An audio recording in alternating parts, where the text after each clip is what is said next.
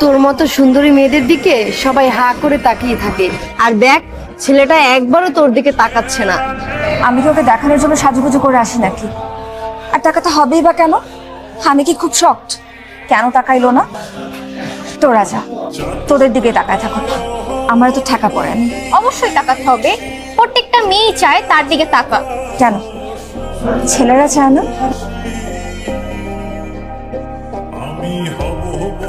সারাদিন টোটি করলে হইব?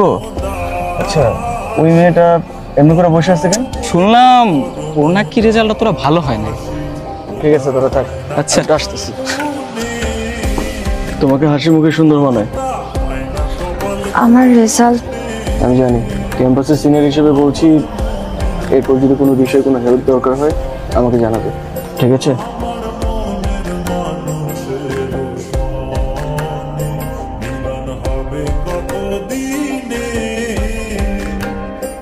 শুনলাম তাকে সত্যি এই ছেলের সাথে তোমার সম্পর্ক কি? সম্পর্ক আছে কে বললো? বাড়ি ফিরতেছিলাম, নিজের বাইক দিয়ে নামাই দিচ্ছে।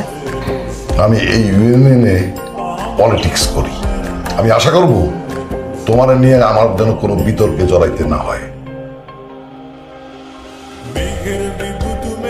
আমার ব্যাপারে তোমার কিছু জিনিস জানা দরকার। ছোটবেলায় বাবা মাকে হারানোর পর আমি একাই বড় হই।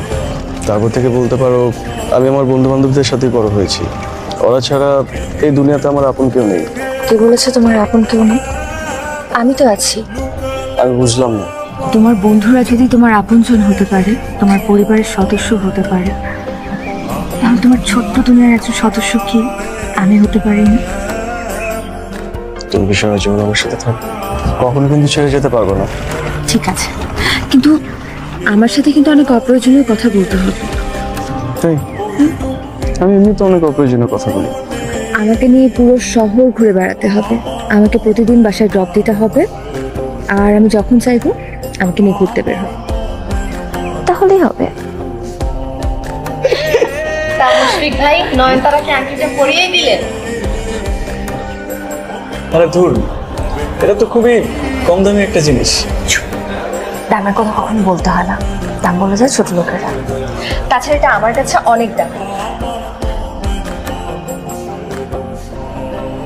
দেখো মা, যখন তোমার মারা যায় তোমার বয়স তখন 2 বছর।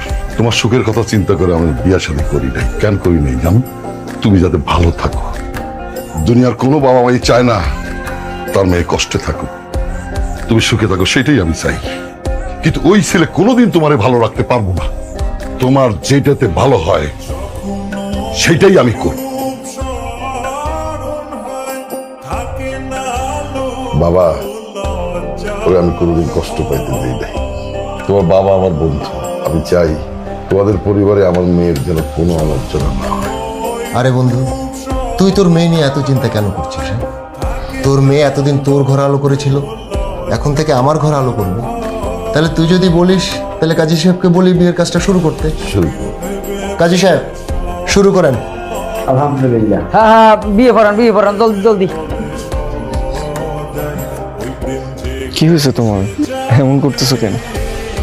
এটা কারণটি? মায়ের আন্টি, এমনিতেই পড়ছিলাম। মুশফিক, আমার না ভালো লাগতেছে না, তুমি আমাকে একটু জড়ায় ধরবা। আমার এখানে ভালো লাগতেছে না, আমাকে বাসায় নামাই দিবা। ব্যাস এখানে রেখে দাও। ওখানে? হ্যাঁ।